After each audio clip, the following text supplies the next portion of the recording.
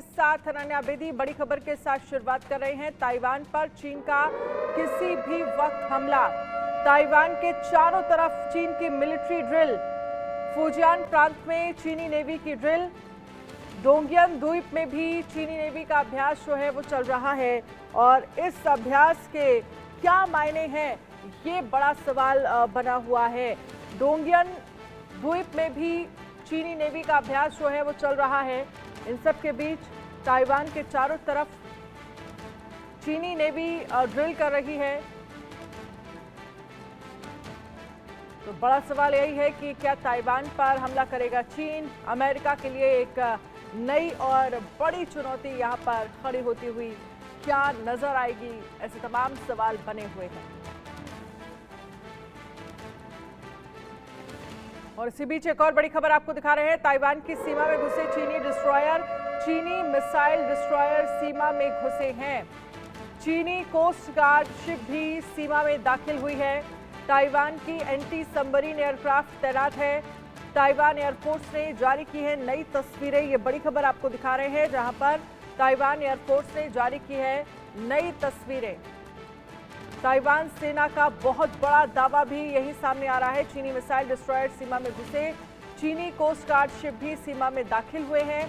Taiwan की anti submarine aircraft तैनात है।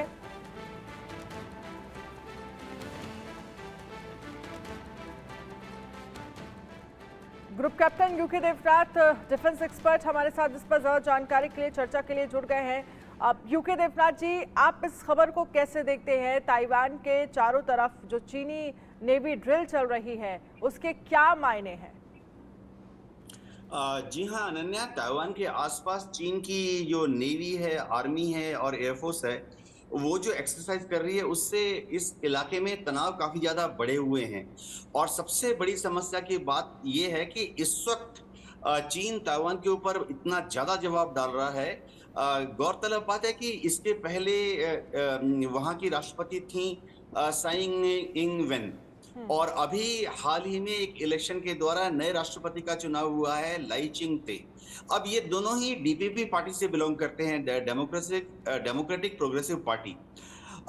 इस पार्टी का जो रुखाव है वो है, ये चाहती है कि आस्ते आस्ते ताइवान चीन से दूर चला जाए और अमेरिका की तरफ डीपीपी का जरा झुकाव है।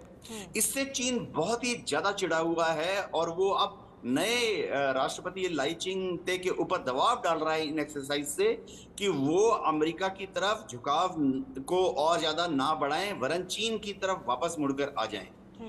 गौरतलब बात है कि चीन को ताइवान से जो दिक्कतें हैं ये तो 1948 से ही है, जब चीन आजाद हुआ था और ताइवान चीन से टूटकर अलग हो गया था। चीन में उस वक्त चिंग काय शेक का शासन था और उनको भागना पड़ा कम्युनिस्ट फोर्सेस के सामने, और उन्हें आकर ताइवान में शरण ली और एक नया देश बनाया। तो शुरुआती दिनों से, यानी माओ सेतुंग के दिनों से ही, चाओ एन लाई के दिनों से ही ये टेंशन है चीन और ताइवान के बीच में बरकरार है। अब शी जिनपिंग ने तो कसम खा ली है कि एक दिन वो बहुत जल्दी ही येन केन प्रकारेण, और अगर जरूरत पड़ी तो ताकत का इस्तेमाल करते हुए ताइवान पर कब्जा कर लेंगे। इससे ताइवान भी चिंतित है, अमेरिका भी चिंतित है। एक और चीज जो हो रही है कि फिलहाल चीन को लगता है कि शायद अमेरिका बहुत ज्यादा यूक्रेन में उलझा हुआ है, शायद अमेरिका का पूरा ध्यान इजराइल की तरफ है, और ऐसी हालत में अगर चीन छलांग मार के ताइवान पर कब्जा कर लेता है तो शायद अमेरिका के पास इतना रिजर्व ऑफ पावर नहीं बचेगा कि वो ताइवान के ऊपर साउथ चाइना सी या ईस्ट चाइना सी में चीन से भिड़ंत मोल ले सके। जी अनन्या, बिल्कुल, आप हमारे साथ रहिएगा यूके देवनाथ जी, आगे भी इस पर हम चर्चा करेंगे, लेकिन इसी बीच एक बड़ी खबर का रुख कर लेते हैं। ताइवानी सेना का बहुत बड़ा दावा सामने आया है। ताइवान के आसपास चीनी जंगी बेड़े की ड्रिल। चीन के कई फाइटर जेट और युद्धपोत, कोस्ट गार्ड जहाज ताइवान के आसपास जो हैं वो देखे गए हैं। तो ताइवान के आसपास चीनी जंगी बेड़े की ड्रिल, चीन के कई फाइटर जेट और युद्धपोत, कोस्ट गार्ड जहाज ताइवान के आसपास जो हैं वो देखे गए हैं। यूके देवनाथ जी हमारे साथ इस पर बने हुए हैं। यूके देवनाथ जी, ताइवान के आसपास चीनी जंगे बेड़े की जो ड्रिल चल रही है, क्या ये अमेरिका के लिए, ताइवान के उस इलाके के लिए एक बड़ी चुनौती बनी हुई है? और ऐसे में आगे आप इसे कैसे देख पा रहे हैं? जी हाँ, अनन्या, फिलहाल जो सिचुएशन है मिलिट्री पॉइंट ऑफ व्यू से बहुत ही नाजुक है ताइवान के लिए। ताइवान की जो आर्मी नेवी एयरफोर्स है वो पीएलए की आर्मी नेवी एयरफोर्स से बहुत छोटी है, महज 1/10। तो अगर चीन पूरा हमला कर देता है ताइवान के ऊपर तो फौजी तौर पर ताइवान के सामने, चीन के सामने शायद 1 2 3 दिन से ज्यादा टिक नहीं पाएगा। हाँ, इसी चीज को भांपते हुए अमेरिका ने पहले से ही अपनी फौजों को अलर्ट पे रखा हुआ है। अमेरिका ने अपनी नेवल बेस, बहुत बड़ा उनका नेवल बेस है जापान के ओकिनावा में। साउथ कोरिया के बुसान में उन्होंने अपनी नेवी और एयरफोर्स को रखा हुआ है। अभी अमेरिका ने पिछले 3 साल पहले फिलीपींस में 4 बहुत बड़े नेवी का बेस, एयरफोर्स का बेस और मिलिट्री का बेस बना लिया है। और इसके अलावा हम सब जानते ही हैं कि गुआम में अमेरिका का 7th फ्लीट का हिस्सा डिप्लॉयड है। तो अमेरिका ने अपनी फौजों को स्टैंड टू पे रखा हुआ है कि अगर जरूरत पड़े तो महज कुछ घंटे की नोटिस पर ही अमेरिका की फौजें जापान से, साउथ कोरिया से या फिलीपींस से ताइवान की मदद के लिए डिप्लॉय हो सकती हैं। जी अनन्या, बिल्कुल, आप हमारे साथ रहिएगा, इसी पर हम आपसे अपडेट लेंगे। लेकिन इसी बीच एक और बड़ी खबर आ रही है, इस बड़ी खबर का रुख कर लेते हैं। ये इसी से जुड़ी एक रिपोर्ट हम आपको दिखाएंगे, जहां पर समुंदर से आसमान तक पीएलए का एक्शन, चीन का क्या कब्जे वाला एजेंडा जो है ये दिखाता है, दर्शाता है।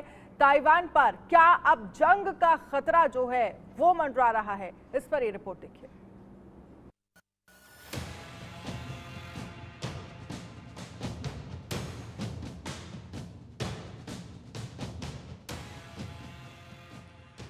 समंदर से आसमान तक पीएलए का एक्शन, चीन का कब्जे वाला एजेंडा, ताइवान पर जंग का खतरा, ताइवान पर कब्जा करेगी चीन की फोर्स, ताइवान पर ड्रैगन की घेराबंदी,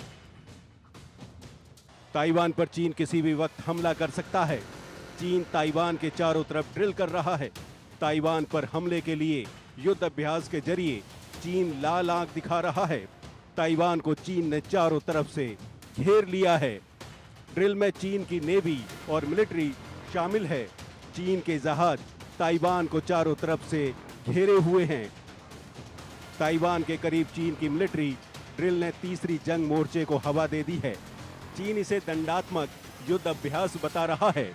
वहीं आशंका जताई जा रही है कि चीन ताइवान के खिलाफ जंग की तैयारी कर रहा है। 16 मई को पुतिन के चीनी दौरे को लेकर भी युद्ध की आशंका जताई जा रही है। वहीं पहले से ही रूस यूक्रेन में जंगी मोर्चा जारी है। चीन की दक्षिण चीन सागर में वॉर ड्रिल को लेकर आशंका जताई जा रही है कि क्या दुनिया तीसरी जंगी मोर्चे के मुहायने पर खड़ी है। चीन एक बार फिर ताइवान को लेकर लाल हो गया है। चीन ने ताइवान के खिलाफ बड़े पैमाने पर युद्ध अभ्यास शुरू किया है। इस बीच ताइवान ने चीन के युद्धक विमानों और नौसैन्य पोतों को डिटेक्ट किया है। ताइवान ने कहा है कि उसके तट के पास चीन की सेना के व्यापक अभ्यास के दूसरे दिन शुक्रवार को दर्जनों चीनी युद्धक विमान और नौसैन्य पोत देखे गए। रक्षा मंत्रालय ने कहा है कि उसे 49 युद्धक विमान और 19 नौसैन्य पोत के साथ साथ चीनी तट रक्षक जहाजों का भी पता चला है। ताइवान के नई राष्ट्रपति लाई चिंग-ते ने राजधानी ताइपे के दक्षिण में ताओ युआन में समुद्री अड्डे का दौरा किया और नाविकों और शीर्ष सुरक्षा अधिकारियों से कहा, हम बाहरी चुनौतियों और खतरों का सामना कर रहे हैं, हम स्वतंत्रता और लोकतंत्र के मूल्य को बनाए रखेंगे। चीन और ताइवान की ताकत में आसमान जमीन का फर्क है। ताइवान में अमेरिकी स्पेशल फोर्सेस के 200 सैनिक हैं जो ताइवान के सैनिकों को मिलिट्री ट्रेनिंग देते हैं।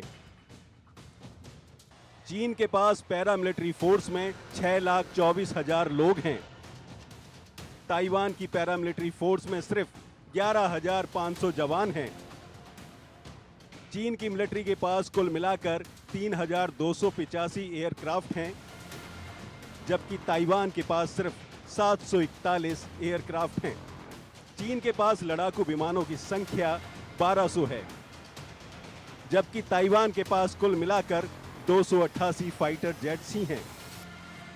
चीन के पास परिवहन के लिए 286 विमान हैं, जबकि ताइवान के पास महज 19 परिवहन यानी कार्गो प्लेन हैं। ताइवान के पास 4 तो चीन के पास 79 पनडुब्बियां। चीन के पास 507 और ताइवान के पास 37 एयरपोर्ट्स हैं। अगर चीन और ताइवान के बीच जंग होती है तो चीन की तुलना में ताइवान की मिलिट्री ताकत कुछ भी नहीं है, लेकिन ताइवान के पास हौसला और हिम्मत की कोई कमी नहीं है। Bureau report, India news.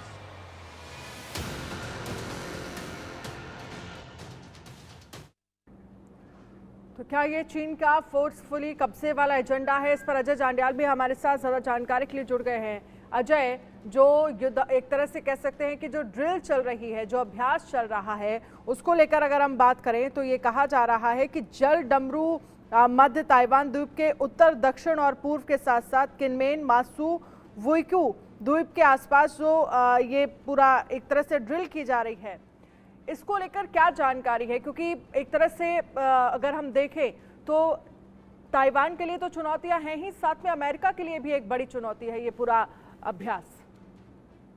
देखिए, अगर आप देखें तो चीन लगातार इस तरह की हरकतें करता रहता है और ये पहला देश नहीं होगा ताइवान जब चीन जो है इस तरह की हरकत करे। हालांकि काफी समय से चीन की नजर जो है ताइवान पर है और कई बार उसने पहले भी प्रयास किए हैं, मगर इस बार जो खासतौर ताइवान के आसपास से जो मिसाइल्स तैनात करना और उसके बाद युद्धाभ्यास करना, वो साफ संकेत देते हैं कि चीन देख रहा है कि अगर उसे मौका मिलता है। देखिए, रशिया यूक्रेन वॉर की बात करें, इजराइल हमास की बात करें, या जो भी तनाव इस वक्त देशों में चल रहे हैं, उसके बाद कहीं ना कहीं ये साफ हो जाता है कि चीन देख रहा है कि इस वक्त माहौल गर्म बना हुआ है। उसी के बीच जो है वो ताइवान को कहीं ना कहीं हथियाने के प्रयास जो है वो जरूर कर सकता है, मगर जब तक यूएस है तब तक कहीं ना कहीं चीन के लिए ये सब आसान नहीं होगा। हालांकि यूएस को पता है कि चाहे रशिया यूक्रेन का मामला हो, चाहे वो हमास और इजराइल का मामला हो, और उसके साथ साथ हमने बाकी जो देखे हैं मामले, उसमें भी यूएस इस तरह से इन्वॉल्व है। तो चीन को शायद लगता है कि इस वक्त जो है ताइवान पर अगर वो कब्जा करने के प्रयास करता है तो शायद यूएस उस तरीके से जो है ताइवान को सपोर्ट नहीं कर पाएगा या चीन को रोक नहीं पाएगा।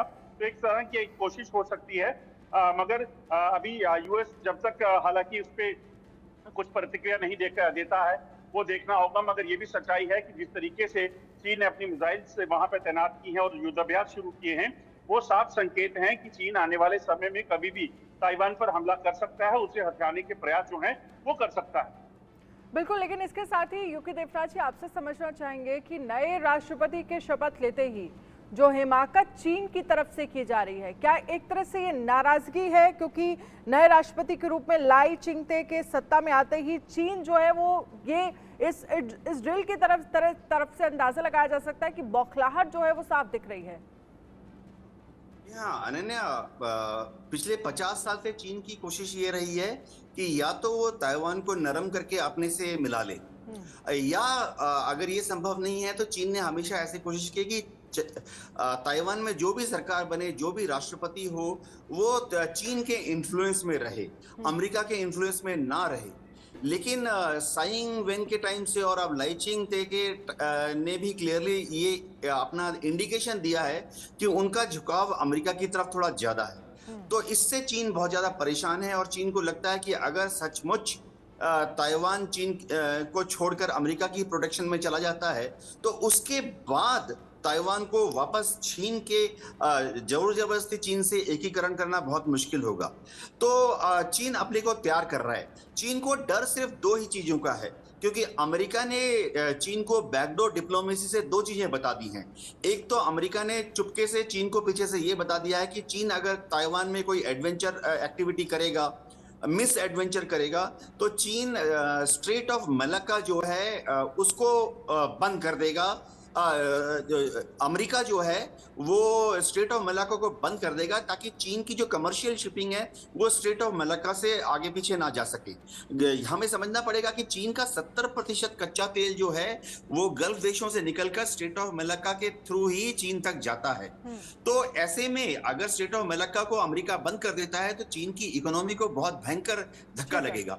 एक और चीज जो अमेरिका ने चुपके से बता दी है चीन को कि देखो, शी जिनपिंग को भी बता दिया है, पोलिट ब्यूरो को भी बता दिया है अमेरिका ने अपने एजेंट्स के थ्रू कि अब तक अमेरिका ने पिछले 50 साल में ईरान के ऊपर 1000 प्रतिबंध लगाए हैं और इसी तरह से अमेरिका ने रूस के ऊपर पिछले 2 साल में 500 से ज्यादा प्रतिबंध लगाए हैं।